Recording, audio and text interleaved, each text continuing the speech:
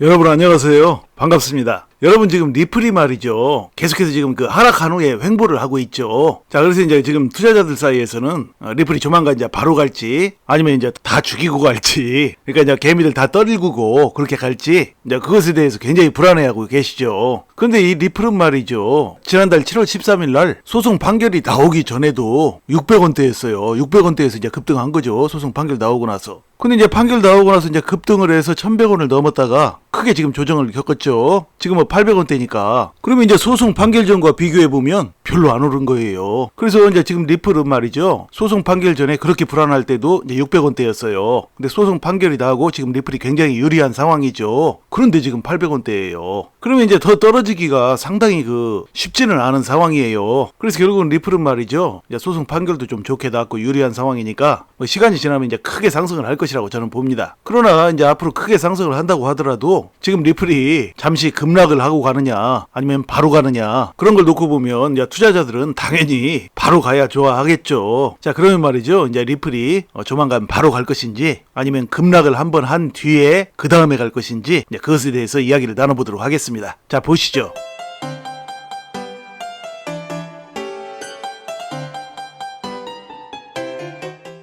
자, 그러면 여러분 오늘 먼저 차트를 보도록 하죠. 여러분 이 차트는 말이죠. 너무 전적으로 신뢰하면 안 돼요. 왜냐하면 차트는 후행성 지표예요. 그러니까 보조 지표인데 후행성이에요. 이게 무슨 말이냐면 그러니까 일이 일어나고 나서 그러니까 이제 종목의 오르내림 그런 일들이 일어나고 나서 나중에 놓고 보면 어떤 식으로도 이제 설명이 가능한 그런 지표이죠. 그러니까 어떤 식으로 이제 두들겨 맞춰도 다 맞는다는 얘기예요. 말이 되고. 좀 나쁘게 말하면 합리화가 가능하다는 얘기죠. 자, 그래서 이제 이 차트를 보고만 투자를 해서는 성공할 수가 없죠. 만약에 차트를 보고만 투자해서 큰 돈을 벌 수 있다면 누가 큰 돈을 벌지 못하겠어요. 누가 부자가 못 되고요. 그러니까 차트는 철저히 이제 참고 지표로 봐야 돼요. 그러니까 보조 지표. 그러니까 차트는 이제 또 어떤 흐름을 알 수 있는 또 중요한 지표가 되기도 하긴 해요. 그래서 차트를 완전히 무시할 수는 없어요. 차트를 완전히 무시하면 도대체 종목이 지금 어느 위치에 있는지 뭐 이런 걸 전혀 알 수가 없거든요. 그러니까 이제 그런 걸 참고하고 이제 차트를 보세요. 자, 그럼 차트를 보도록 하죠. 자, 여러분 이게 지금 리플 일봉 차트예요. 이게 지금 이게 장대 양봉이 크게 나와 있죠. 이게 이제 지난 7월 13일 날 그러니까 소송 판결이 나오고 나서 이제 크게 오른 거예요. 이때 이제 1100원대 넘게 올랐죠. 최고가가 1125원이었죠. 자, 그리고 나서 이제 줄기차게 지금 하락을 했어요. 줄기차게 하락을 해서 이제 한 달이 넘어버렸네요. 오늘이 이제 8월 15일이니까. 자, 하락을 했는데 말이죠. 자, 여러분 이제 이 차트의 이동 평균선들을 보시면 이게 이제 7일선, 이 하얀 선이요. 이 7일선이고 이제 이 빨간 선이 이제 15일선, 그리고 이 초록색 선이 50일선입니다. 이제 한국의 주식 같은 경우는 이제 5일선을 많이 활용을 하죠. 왜냐면 이제 주말에 쉬니까요. 일주일에 5일이죠. 근데 이제 이 코인 같은 경우에는 쉬는 날이 없죠. 연중 무휴 24시간이니까 이제 일주일 7일선으로 이제 봅니다. 전 세계가 함께 거래하고 있고, 그렇죠. 그리고 이제 중간으로 또 이제 15일선이 있고, 또 이제 50일선이 있어요. 60일선도 있지만, 저는 이제 이 암호화폐에서 이제 50일선이 60일선보다 좀 더 신뢰도가 높다고 봐요. 자, 그래서 이제 이 50일선입니다. 자, 그래서 지금 이렇게 7월 13일 날 크게 이제 오르고 나서 장대양봉 나오고 나서 하락을 했다가 다시금 올랐죠. 자, 그러니까 이제 지금 이게 쌍봉이죠. 뭐 이런 쌍봉으로 표현하기도 좀 그렇지만 어쨌든 간에 일단은 이 쌍봉의 모습이에요. 쌍봉의 모습이 나오고 그러고 나서 이제 재차 하락을 했죠. 재차 하락을 하고 직전 이제 바닥 지점에서 횡보를 쭉 했죠. 대개 이렇게 횡보를 하면 말이죠. 어떤 큰 재료를 품고 있는 종목들은 여기서 다시금 이제 이렇게 크게 올라가는 그런 경우도 많이 있죠. 그런데 다시금 또 급락을 했어요. 다시금 또 하락을 한 다음에 여기서 이제 갈팡질팡하다가 다시금 계속해서 지금 횡보 모습을 보여주고 있죠. 지금 뭐 840원대 그런가요? 뭐 좀 이따 방송 올릴 때쯤 뭐 840원대가 될지 830원대가 될지 아니면 그 이상이 될지는 모르지만 지금 그래요. 이 상승과 하락의 이제 파동 원리라는 게 있어요. 상승 잠시 하락, 상승 잠시 하락, 상승 해서 이렇게 하나 둘 셋 넷 다섯 개 이렇게 완성하고 나서 이제 또 내리는 것이죠.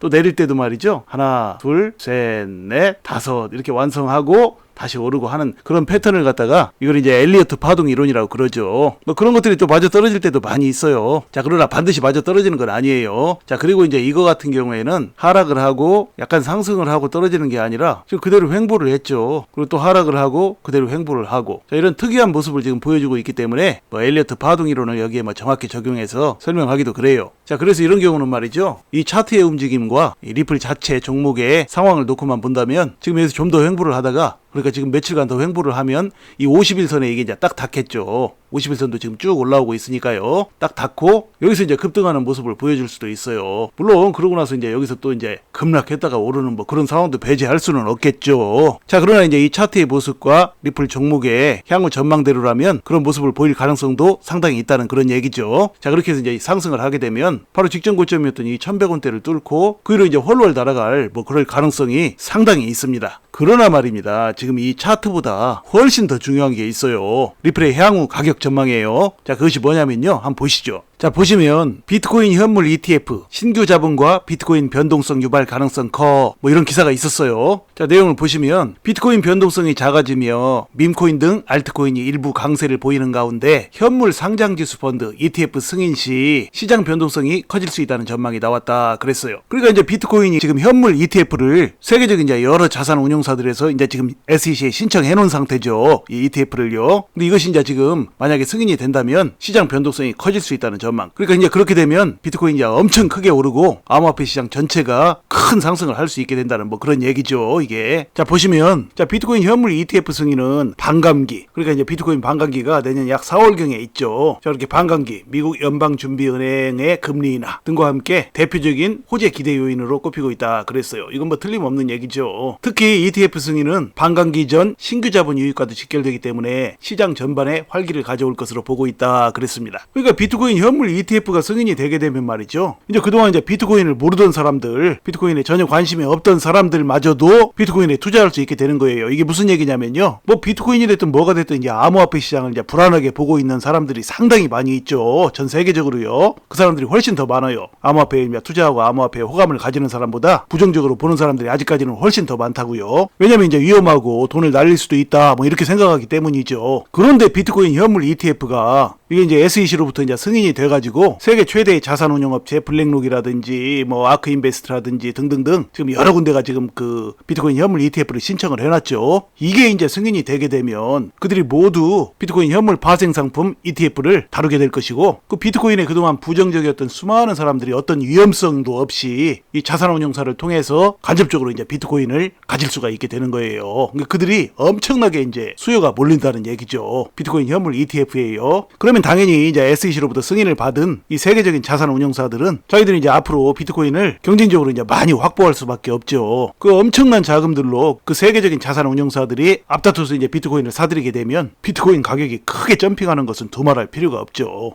더구나 이제 비트코인은 내년 4월에 이 반감기가 있죠. 그러니까 이제 이 비트코인 현물 ETF 승인이 이 반감기와 맞물려서 비트코인은 어마어마한 상승을 하게 된다는 그런 얘기입니다. 비트코인이 상승을 하게 되면 이 암호화폐 시장 전체는 너도나도 크게 상승을 할 가능성이 상당히 높죠. 시장이 오르면 뭐 암호화폐의 대장 코인인 비트코인이 올랐는데 뭐 다른 코인들이 영향을 받을 수밖에 없죠. 누가 가장 큰 영향을 받을까요? 리플이 가장 큰 영향을 받게 되죠. 왜냐하면 리플이 최근에 그 소송 판결에서 좀 유리한 판결을 받아놓고도 지금 1차적으로 이제 시장의 대장 코인인 비트코인이 못 가니까 리플이 뭐 여러 가지 뭐 이런저런 쓸데없는 비관론들에 이제 휩쓸리면서 리플이 잠시 헤매고 있는 거예요. 그런데 여기에 이제 비트코인 현물 ETF가 SEC로부터 승인이 나게 되면 비트코인이 크게 오르고 리플에게는 이것이 마중물이 되어서 향후 비트코인보다 더욱더 크게 상승할 가능성이 상당히 높다는 것이 저의 관점입니다. 일전에도 제가 말씀을 드렸죠. 앞으로 비트코인과 리플 이 두 종목이 암호화폐 시장을 이끄는 쌍두마차가 될 거라고 제가 일전 강의에서 말씀을 드렸습니다. 자, 그래서 말입니다. 지금 현재 상황에서 보면 말이죠. 이 리플의 가격은 좀 전에 이제 차트에서 이제 보여줬던 대로 앞으로 며칠간 더 횡보를 하다가 그 횡보를 깨고 급등할 가능성도 있지만 또 다른 한편으로는 이 리플의 향후 상승 움직임은 이 비트코인 현물 ETF가 이제